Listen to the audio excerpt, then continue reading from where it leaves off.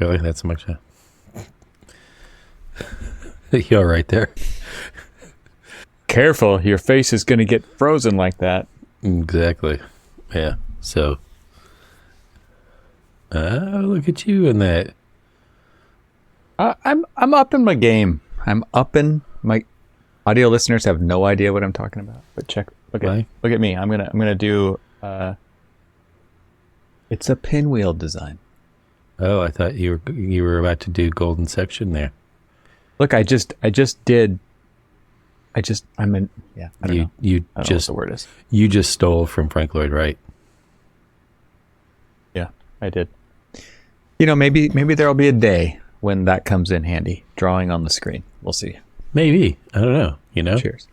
There might be something that happens that forces us to work remotely that then, as a way for us to facilitate conversation graphically and communication. Right. Yeah. Yeah. Right.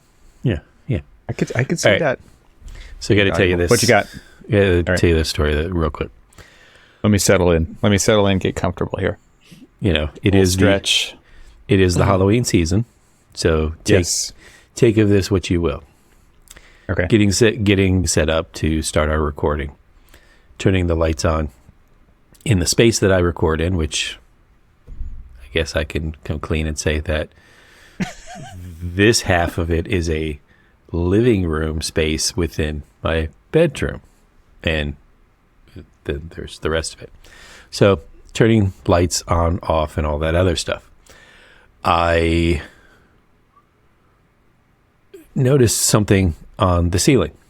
I'm like, what is that? It looks like some spots on the ceiling. So I'm like walking around looking, I can't see it. So there's like just a certain angle that you need to be standing at. And I'm like, that is what I think it is. So call my wife up, just a few minutes before we started. It was like, you got to come up here. Did you say, honey, I need you to kill the spider for me? No. I was like, I was like, all right, stand here. It's like, do you see those like spots on the ceiling? She's like, I haven't seen them before. What are they? And I'm like, okay, take a couple of steps closer and it'll come into focus of what exactly it is. She goes, why are there footprints on our ceiling? Like, what? I don't know. I have never seen footprints on the ceiling. There are small footprints on our ceiling. Like human foot, like shoes? Human bare feet? No. What? No, barefoot human okay. footprints on my ceiling. Nice. There is footprints on the ceiling.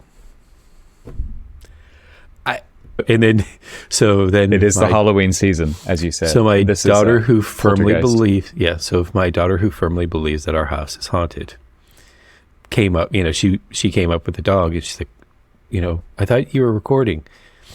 And so I was like, all right, stand here. She's like standing there. She's like looking at the little spots. I was like, see the little spots? She's like, yeah. Walk up a little bit closer. She's like, why are there? And then she just like looks at both of us and she's like, Why? She didn't even have to ask. She didn't. She just said, yeah. Told you. She felt justified. Yeah. Yeah. I've been trying to tell you guys. Wow. Like, so is there somebody walking? Because the footsteps are over our bed.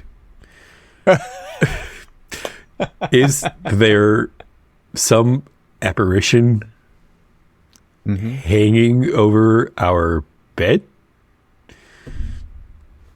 I like this. This is awesome. I don't know. Like it's interesting. I again never noticed it. Kind of. I'm not freaked out, but I gave my analysis of what I think it is, and I think at least my wife bought it, but my daughter looked at me like, so what was your thinking? Although we haven't ever noticed it before. Again, I probably have never really, we have been here now for a little over a year. And we didn't really, and this is the first time that I've ever noticed it. So is it new? I don't think so.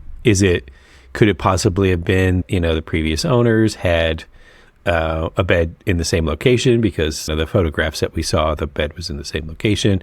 Could somebody have been trying to do a handstand and putting their feet on the ceiling? Absolutely possible.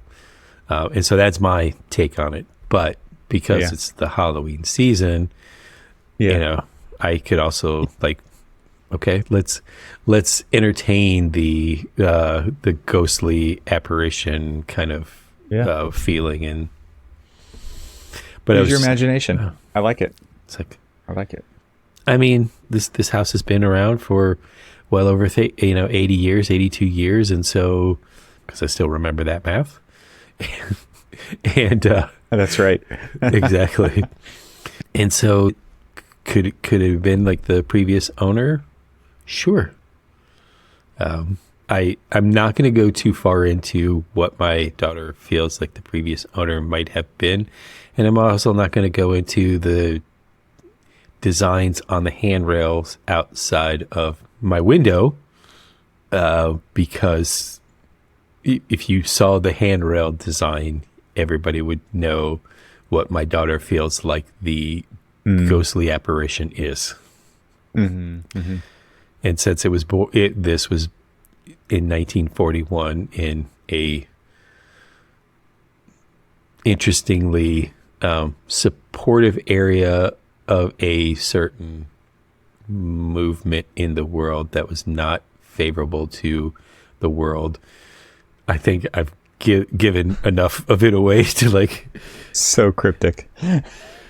She feels we have Nazi ghosts. That's right. I remember that the handrail photo. Yeah. Okay. Yeah. I don't know if I want to share it in the show notes or anything, but it's handrail. I was about to draw it, and then I thought, nope. Yeah, I was going to say, no, don't. Please don't. I don't want, no. Well, there's a good opportunity to use this no. Yes, no. But it was funny because I'm thinking I kind of almost drew it already when I drew that pinwheel. Yeah, that would have been the last episode. I got out of the house this week. So we're getting to the end of the year. I'm starting to get emails about continuing education.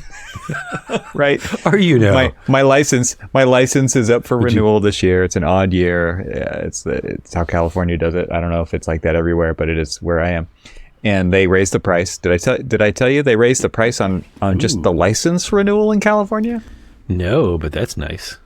It went, isn't it? That's a fine raise the price too. Exactly. That's nice. Yeah, they didn't even ask me out to dinner.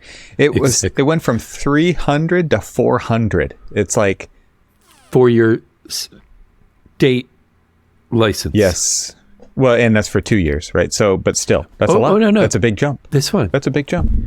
2 years. What? My 2-year license. Mm-hmm. $76 and I think $100. So I can get my 2 licenses for less money than it takes. Less than half. You could throw in another state or two for me and I could still, come out on top from all of this. Right. It's crazy, right? It's like, and it didn't just go up like a nominal percentage. It went up a lot of percentages, right? Yeah. It was like, what? And seriously, it's just to keep a box checked in a database, right? Right. As far as I'm concerned. And they still, and none of that's still there is no administrator that's reviewing your continuing education or anything like that. It's just, it's all honor system. We've earned from this guy who wants to maintain his license X amount of money. And if we deem that we need him to prove that he's done the continuing education, we'll audit him later. We'll turn the screws. Yeah. Yeah. I've been audited twice. It's a captive audience. It's a captive audience, right? And what are you going to do? Right. This is one of those states where, okay, there is an extra exam. This is not a trivial state, people. This is California. You need to know who you're dealing with here. You don't let your California license go, I don't think. Right. I mean, No. I'm actually reconsidering it now. But if I wanted to, if I wanted to go back to California for any reason, well, I'd have to take the supplemental exam again. Like, no, thank you. Yeah, right. exactly. So they know this. They know all this. Yeah. Yeah, it's just like, okay, what is the hardest state to get licensed in? California. So if they, like as you said, if they want to keep their license, they're going to pay whatever we want. We have now held them hostage. Right. And there are so many people who are just like, I'm not going to, I'm not going to pay that. I'm like, but if you do, you have to retake. Oh, but I don't want to do that. So, okay, I'll pay you. It's literally, It's like they hold all of the cards. They are the ones who are demanding that fee from you, and you are willing to pay it. Well, so we talked about this before. That there was the NCARB thing, right? Where it's like, we're gonna waive the back fees. It's just $250, and then it's like a lot of people probably did that. I did because of reciprocity, and so then they send out an email a few months later that says our renewals are going up, right? And then I get this letter from California that says our renewals are going up. It's just everywhere. And groceries are 35% more, and gas and utilities and everything. Everything is just, you're just feeling it everywhere. And everybody wants you to come back to the office. Right. So yeah, if you could spend more time in your car, more maintenance, more gas, spend more money to get to work. Exactly. Right? So that you can be more miserable at work. Realizing that you can't afford to actually go to work. Mm-hmm. So the reason I brought up this continuing education is because I actually went to my first. So I actually asked you. I said, "Hey, what did you have to do to switch your local AIA?" Right? Because it wasn't obvious. There's no. Anyway, I found it. It's on the AIA's website. You have to email them and let them know where you're switching from and to, and then it goes through some approval process, and then they say, okay. And then I start getting emails from AIA Oregon. So we just have one state, and then there's a few regions. We have this big state, AIA Oregon. Then there's a couple regions, and so the Southern Oregon region, I guess, doesn't have a lot of participation. I mean, obviously we're more rural than the northern Portland side of things. Sticks. I'm in the sticks. And so they sent out this thing that, hey, we're going to have a lunch and learn. And okay, so when I was in an office, there was lunch and learns. Oh yeah, all the time. All the time. And actually, so the reason I decided that I was going to sign up for this was because, okay, number one, I'm wondering if it's worth even keeping my AIA for the following year, because it's a big expense, right? In addition to the California license and now the NCARB, whatever. So I want to meet the people around here. I want to see if I'm going to participate in the AIA, I'm going to get it from the local. Like, we go to the conference, right? The national conference, but this would be a place where I would have more interactions with people who are local. And okay, I want to meet the local architects. And so this email comes out. It's like, sign up for this lunch and learn. It's at a hotel. It's like, I don't know, 3 miles away from me. No big deal. And I would love to meet architects in the area and just find out who's here. And then I get it. So I sign up immediately, and I get an email a couple of weeks later, and it's like, look, you guys, everybody said they want in-person events again, and nobody's signing up for this. And so I'm like, maybe this one event that I've signed up for is going to get canceled. I thought that was kind of hilarious. Anyway, it ended up happening. I went to the lunch. 9 people showed up. The guy who gave the presentation was from Premier Sips. His name was Kevin. He's a super cool guy. He said, I had to buy 15 lunches at the hotel. So they're giving away lunches at the end. And it's just a sign of the times, right? It's everybody's busy. I mean, when you're in an office, My wife asked me, she's like, why do people go? It's like, well, they go for the free lunch. That's why people go, right? There is the lunch and learn thing that's a thing, right? Everybody goes for the free lunch. It's the lunch, not the learn. Right. Yeah, exactly. How many people just grab the lunch and then duck out the back, right? They sign the paper, put their AIA number so that they get the credit, grab the lunch and walk out the door at the back of the room.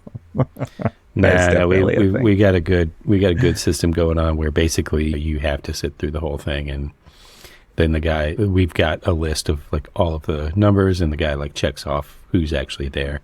Whether it's do they go around the room at the end again and see who's still there at the end of the presentation? He does a good job of policing people. He's like, there is no free lunch. If you want that free lunch, you're going to sit through this thing, which is good. Yeah. But I think you're bearing the lead. What we would like to present to you is the new president of AIA Oregon Boondocks chapter, because he's only one of 9 people. Right. And they're just like, hey, you're new. Do you want to do something? Like, sure. You want to join the AIA? You want to volunteer? You want to be part of this committee? You want to be part of that committee? Do you want to be on the board? Do you want to? Yeah. Yeah. That didn't happen. You are. I mean, that might be happening to you in Detroit, but that's not happening to me here, at least yet. Well, thankfully, that didn't come into fruition, where what you're talking about is some people were like, hey, you were interested in getting involved. We've got chapter leadership nominations coming up. And thankfully, there was enough people that actually are very active in AIA Detroit. And I was speaking to one of them not too long ago, and they're running for vice president. And I know the guy, he's got my vote, but he's very, very active. And it is really good because, I've gone to a couple of different like seminar, like that my little Nerd Fest seminar for code, and I've been to a bunch of things. And so what is very AIA Detroit seems very active, and there's a lot of participation. It's not that big of a chapter. I'm actually kind of either surprised, dismayed. I'm not quite sure what the appropriate word is, but for the people who are there, they actually do get a bit of activity going on. And, I went on a building tour, and the building tour and all of the tickets were sold out because I went online to check to see if I could like add my wife to come with me, and she couldn't. So like they were sold out. So that's good. That's good. I mean, it wasn't the big, strong 9 people that you had, that your chapter was pleading with them to please come. Yeah, they said before the pandemic, there was 25 to 30 people participating pretty regularly. Yeah. And so it's taken a lot of time to kind of build momentum back up. And there's more people interested. Of course, the day that you plan anything is a day that there's going to be a certain number of people just can't make it anyway, right? So obviously that's going to happen, but still they're having a hard time building momentum once again. Do you know what your local chapter membership is? No, I don't. I mean, he just said that's how many people participate, but so it seems like the membership has to be bigger. I actually thought there were way less architects in this area, but there are a few firms, so it makes sense that there's everybody going to one of these is pretty much going to be guaranteed to be an architect because they're doing it for the CEs, right? So right. So how many did you get? And the lunch, an hour and a half, 1.5 CEs. Really? Yeah. My Nerd Fest was 6. Well, you also had to spend quite a bit more time there than I did. So yeah, but all day. Quality time, quality over time. Well, and quantity. I was going to say mine was both quality and I almost made that. It was just a quality over quantity. I was like, wait, no, I had quantity too. So, but yep, yeah. So what was that lunch and learn? It was about SIPs. It was about SIPs. Have you ever used SIPs on a project? No. I mean, I've seen residential projects using the SIPs products. I mean, honestly, a lot of our projects are, it's all commercial. So like we're doing steel frames. If we're doing anything insulated as part of the exterior cladding, it's going to be insulated metal panel rather than like a SIP system or something like that. So I have always wanted to, because I mean, there's a lot of great advantages to a SIP system. Just like it isn't the system for what I do. I think that's changing. I obviously asked the question because it was kind of residentially focused for this presentation, but it's commercial as well. They're doing a lot of multifamily, which you could obviously still categorize as residential, but they're also doing a lot of commercial with it. They're not doing mid-rise and high-rise, but you can mix it with structural systems. It doesn't have to just be self-supporting. So right. What's interesting though is, so I've seen a lot of people do wood frame commercial. I have never done wood frame. I've done wood frame residential, but I've never done wood frame commercial. I've done wood frame schools, but not, and obviously a lot of steel frame as well, but never commercial. It's all. I've renovated wood frame schools, but all of the additional like structure and things like that, we actually went in like to reinforce some of the roofs to meet the current codes, especially in the particular zones we were in. We reinforced the existing wood frame with steel. And so, and is that because wood is it a moisture issue more so on the East Coast? On the West Coast, they still build a lot of stuff out of wood. No, because there's, almost everything in smaller commercial and residential and even multifamily. I see plenty here that is going up in residential in wood frame. And then I've seen like on the East Coast, mid-Atlantic area where there's plenty of moisture issues and things like that, they still build out of wood. It's just, I never have. I never have to the extent of, maybe it's a CMU wall with wood trusses, things like that, but that's not like full wood framing. And so like I almost feel sometimes I feel behind. It's like like I get schooled on like what the proper terminology of wood framing is by watching This Old House. Instead of like, what did you learn in architecture? Go, well, I forgot about it because I haven't really used that. So it's just kind of interesting. Like path that I took is like I started off residential, and when I was doing residential in Florida, it was CMU block walls with wood frame, like wood trusses. Not even rafters. It was wood trusses, and so then that kind of makes the detailing easy, honestly. But then when I got to like do actual wood framing, like wood frame projects, we then ventured into doing the few, let's say, like maybe like 10 residential projects I've done in my career. Most of them were either CMU or systems built, prefabricated. And so I didn't even have to I just gave them the design, and because of their system, they did the actual detail. It's all shops. Yeah.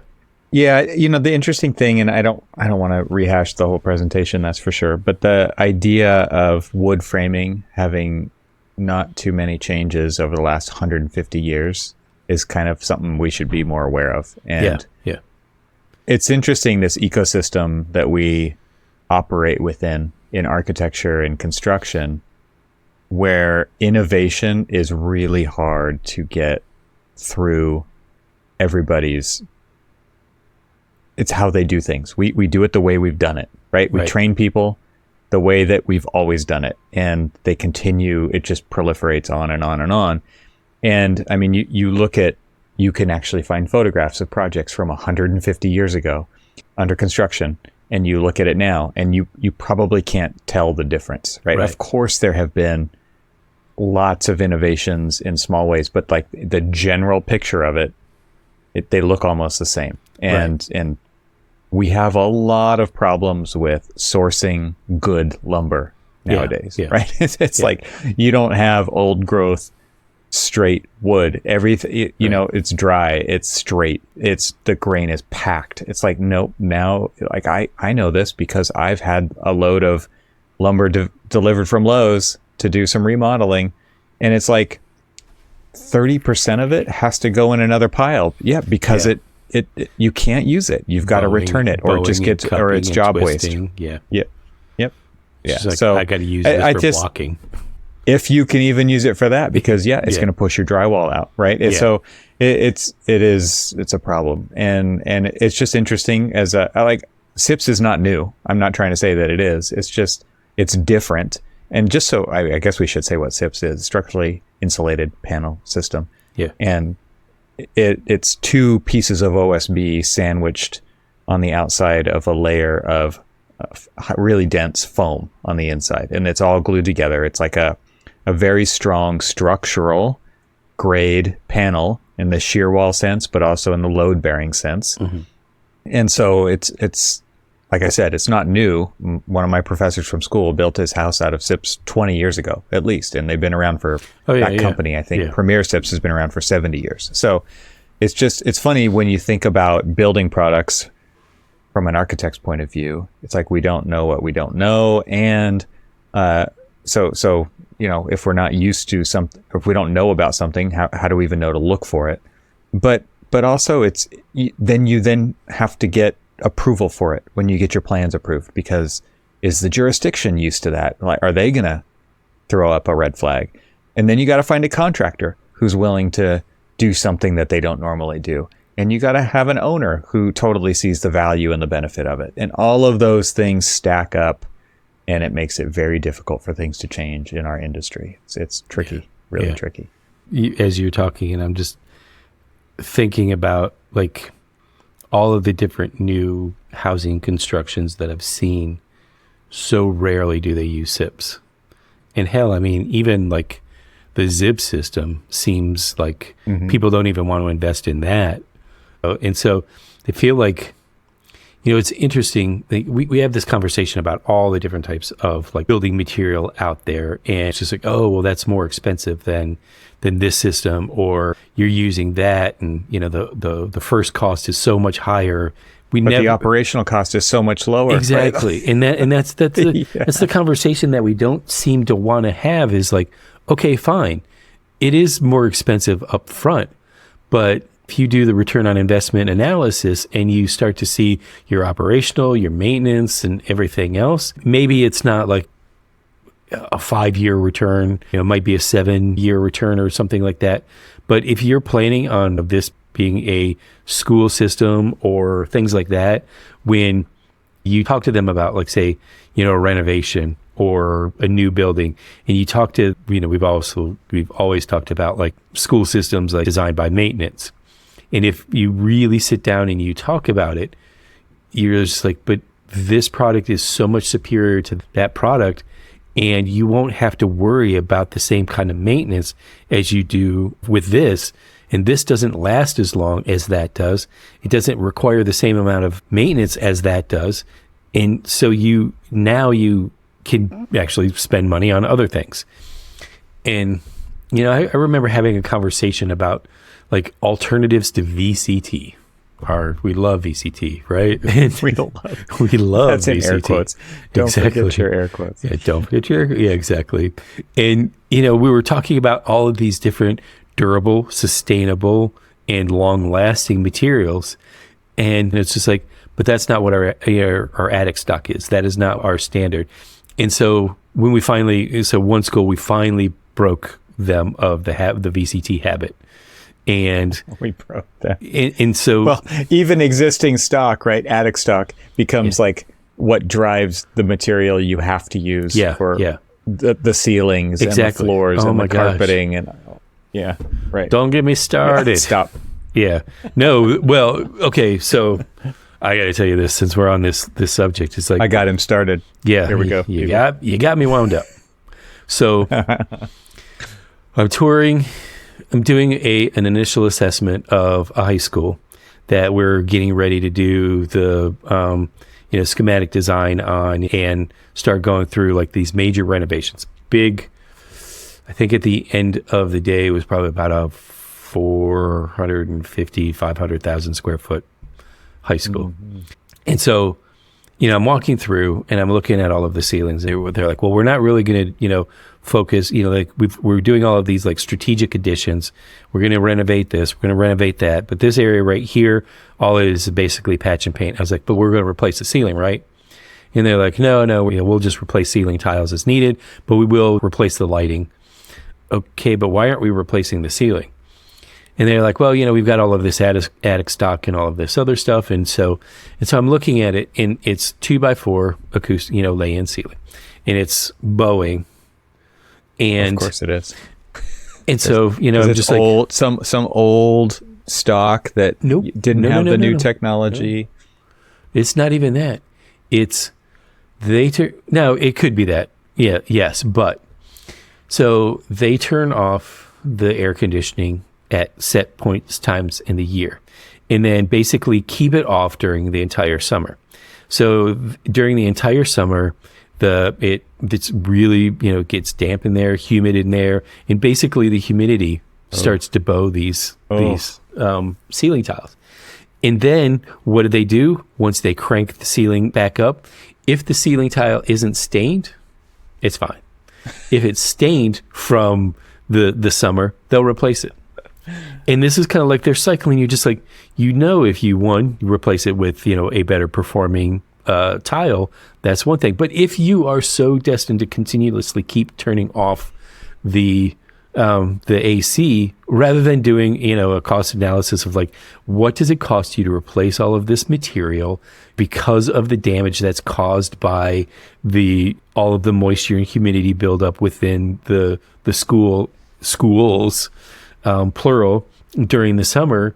Wouldn't it be better to you're doing a systemic renovation, so it's going to include all new higher performance mechanical systems, and you're replacing all of that stuff. So there is no real reason for you not to do that. But I think I've told this story, or I know I've told you this story about the real reason why they didn't want to change.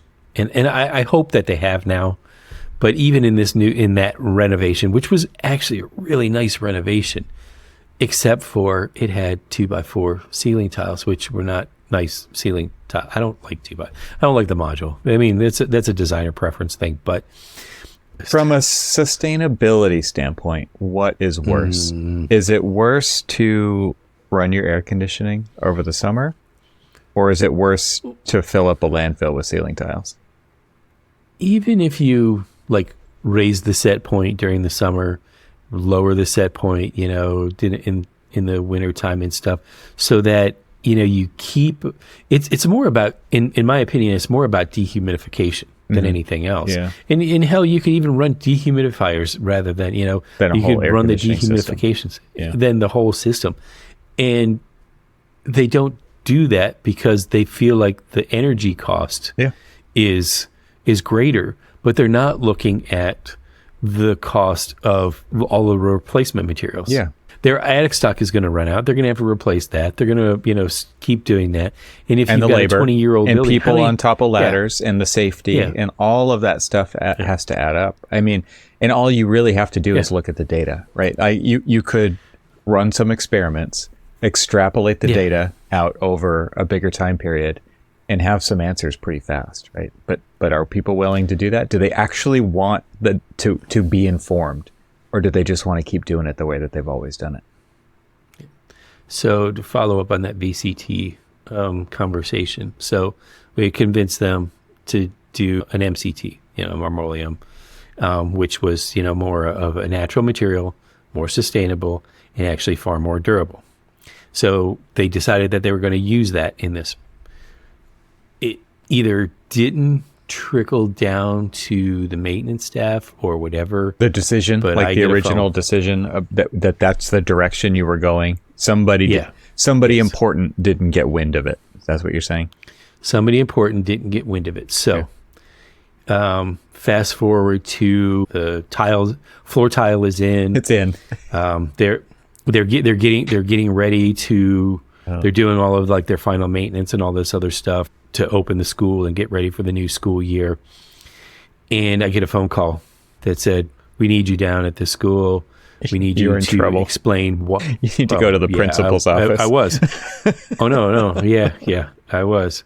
I was called on the carpet, and they were just like, you need to explain to me, you convinced us that this was the right tile to go to. You need to explain to me why it looks like that.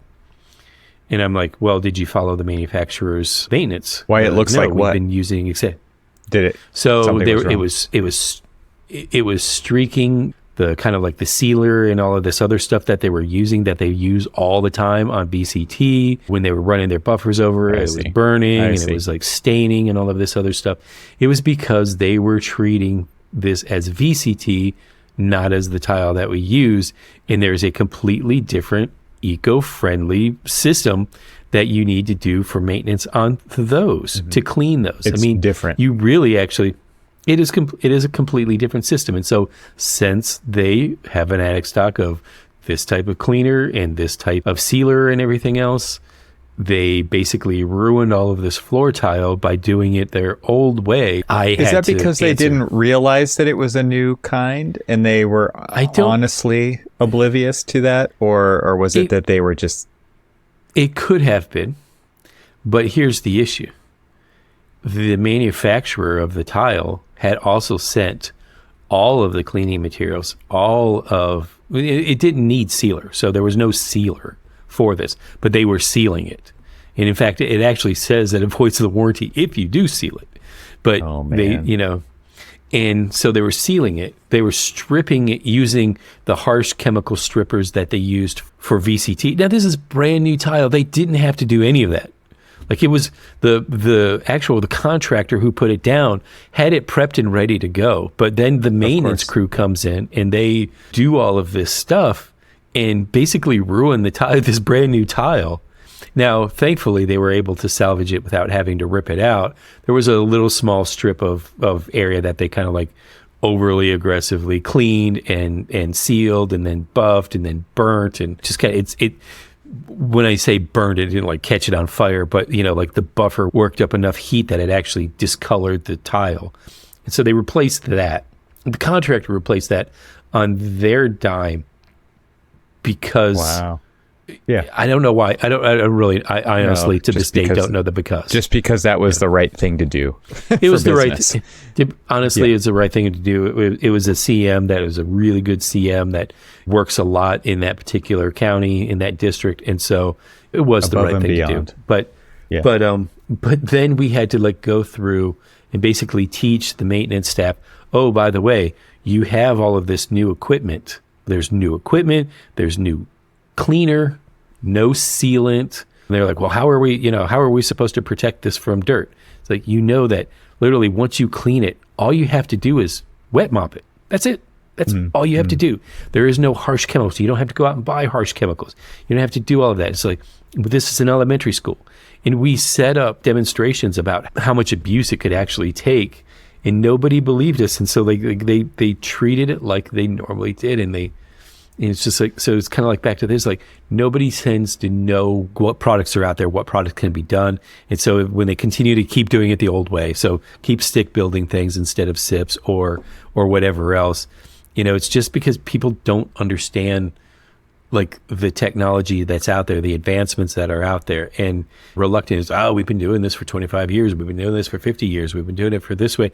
This is the way. This is the way. I think about students when we have a conversation like this, and it's like, did you ever think that as an architect, you were going to have to deal with teaching a maintenance staff the right way to take care of a product that they've never thought about before, right? Because this is what it's like to be an architect. Like okay, I outlined using a new product from a practice standpoint, which includes risk management and lawyers. Oh, you're going to use a new product that's a completely different building system? We'll see about that. And then you have to go through the AHJ, and then you have to get it by the contractor, somebody who's never used it before, who is willing to hopefully do something. Obviously, if they bid the project, they're going to be doing it. They're probably going to fight for something else and put you through the ringer if they can, but eventually maybe you'll get them to use it. And then you've got the staff to deal with, and then you've got the custodial staff to deal with. And this is what architects are up against on many projects. It's like, how many times in a school project did you have this idea about a big glass wall that opens up, that connects the indoors to the outdoors, and you couldn't do it? Number one, the budget. Number two, no one was going to open that door and then close it again, right? Because people just don't want to do that. Yeah. And nobody's going to maintain the tracks. And it's things like this, like we can't put operable windows in a classroom because no one will ever open them. Everybody wants a completely automated system where they can set the thermostat too low, or they can set the thermostat too high, so that 90% of the people are uncomfortable no matter what. And it's wild, right? The things that architects deal with when you're in these user group meetings and people are making decisions based on their own behavior and completely oblivious to how other people might care about something either now or in the future, right? Only what matters is how they will experience it right now. I think it's wild, like the kind of constraints and input that we have to deal with throughout this entire process. And yet here we're still up to the challenge. We're still taking these projects on. We're still trying to make a living doing this. And it just kind of shows, I mean, again, I'm talking to students. Like, this is what you're signing up for. And there's a certain level of masochism to it, right? Like, it's like, that this is welcome to architecture. I always think back to when I was leaving a site after being on the site all day, going through, construction meetings, doing walkthroughs for pay applications and all of these other different things, and had a recent graduate with me. And as we were walking around, as we were leaving, she looked at me, she's like, I didn't realize that architecture had so much management component to it. I'm like, welcome. Hand holding. It is a lot of, it's a lot of different things. It's not just design. I consider us educators for a variety of different things. When I talk about going through one of the current projects that I'm working on, where now we have a user group and we're going through this process where we're talking to the owner group, we're talking to the user group, and they're asking for certain things and educating them on why we can't do some of the things that they want to do, but then also like offering up possible solutions or possible differentiations of like, okay, you could do this or you could do that, but you can't really do this. Does that work within your thing? And so there's always this like education process that we have to like go through when we're talking about that. And I don't know how many architects feel like they're educators, but every architect is an educator. I mean, it's just like, well, why did you pick that product? And then you go through the education of why that particular product was used. What is the benefits? What are like, some of the cons of it? What are all of these things? And, you go through and you like almost every decision that you make, somebody always questions that decision. And so you have to educate them on why that decision was made. And so like every little just like thing, when you were in school, when you're defending your project, right? You have to be able to explain why you decided to do the way that you did. Exactly. I always talk about the why. The why is like, to me, it is the meaning of architecture. It's like every time we talk about, like all these little things, it's like the feeling, the emotion, the materiality, the this, or that. There was always a why behind it. If there isn't, it's extremely hard to get that decision to actually happen. Exactly. And so, and so like I talk about, I mean, I don't know how many times I think it has to be that I, like most people think I'm a broken record because I'm always talking about why. I'm always asking why. Like I literally had like 3 of the different places that I've worked, I've had a, like a Xeroxed big old question mark, just like taped in my cubicle or a little workspace or whatever. And people are like, what is that? Like always question why. I'm the Riddler. Exactly. That's great. I think that it does carry on from school. It actually reminds me of when I worked at Apple for a little bit, and this idea of education. And I've talked about this before. Like Apple saw, it was very different and this was 2006. It was before the crash. So I'm just trying to place it in the timeline. So it's not like maybe current Apple, but I'm sure that they still operate around these principles. But the idea was that when a customer buys a thing, a computer, an iPod, an iPhone, whatever it is, that's the beginning of a relationship. It's not it's a relationship, not a transaction, right? Whereas you go to Best Buy, as an example, back then it was very starkly different, right? Like if you wanted to buy a Mac at Best Buy, it was on the back shelf in the corner with the lights off, right? It was like they weren't interested in selling those because they didn't understand it. The salesperson probably didn't understand it, didn't want to even try to sell it. So it became this thing where it was like, we want to control the experience for the customer, because if you go to Best Buy and you buy anything, that's the end of the relationship. Right. You bought it, you're gone, you're out the door. Please, we hope you don't come back until you need to buy the next computer. Apple's outlook was like, no, we want you to love the computer, right? We want you to get everything you want out of it and more. And so how would they do that? Well, they offered courses. They had the Genius Bar, right? And they had all these different things. And so to your education standpoint, right, the idea that you had about we educate people. This happened on a high school project. We did a green roof. It was a very small green roof because this was like this just kind of nice little gem on the campus, right? And we had to teach, the firm, had to teach the custodial staff, the maintenance staff, how to operate a green roof, right? Because they'd never done it before. It makes sense, right? But it didn't make sense immediately because the green roof died like immediately, right? Yeah. And so it was like, we're going to come back in, we're going to build the training materials, we're going to actually go back up there and recultivate it, and we're going to work on it together, and we're going to make it successful because we want you to be successful with this because it is such a showpiece for this campus. And that's just one example. It just reminds me of that thing. It's like, well, if you really want people to get what you intended out of it, if you want your design intent realized, Apple or an architecture firm, like you've got to help people get there, right? Because if you just assume that they're going to figure it out, they're not. So green roofs, it could be a completely different topic, a conversation, but everybody wants, as a solution for sustainability or whatever, green roofs have become more and more prevalent in a lot of the different projects that I work on. And, most of the time they don't really understand them. They worry about maintenance. They worry about, the longevity and stuff. Well, they're interested in the idea of it. They love the image of it and the perception of it.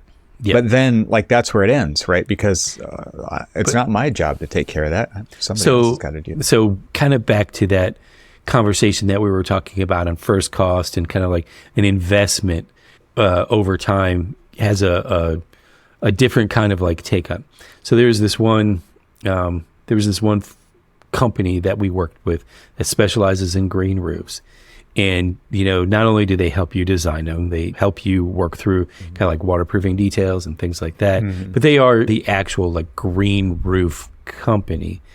And they actually sell, as part of their service, a maintenance plan where for 10 years, they'll be the ones that do it. And, because it takes a long time. It really does. It's that first year plan, the contractor has to worry about the maintenance. It's insurance. It is. Yeah. And it gets to the point of they work with the staff, like the maintenance staff and stuff like that, but they're the ones responsible for keeping it alive and keeping it going and all of that other stuff. But they're working with the staff, training the staff over a period of time so that when they take over, if they decide, they could either easily renew it or take over themselves, but they're trained to understand exactly what it is. And larger universities and larger institutions are more willing to do that. We've got in Montgomery County, Maryland, where all of the K through 12 projects, I don't know if they still do it, but there was a time when they wanted at least a portion of the roof to be a green roof, and invested that because of the sustainability, and it was just there was a whole psyche behind all of it, but why they did it. But I mean, they invested in this maintenance program and stuff, and it was just it made sense for them. If they're gonna, they do see the value of the reduced, the stormwater management, the reduced solar heat gain on the roofs, and all these other things, and reduction of overall energy consumption because your stuff's not working as hard. All of these different things, and they see that all of that is actually contributing to, yes, we're going to be paying a higher first cost for that green roof. But because of all of these other things that are the benefit, it makes sense. Let's do it. But it's having, it goes back to the education thing. It's having to go back and us do our due diligence and talking about all of that stuff and teaching everybody what we learn, and the subject matter experts coming in and showing what they know, and just like educating them on, is this the right choice or not? And so to everyone out there, yes, we're educators. Boom.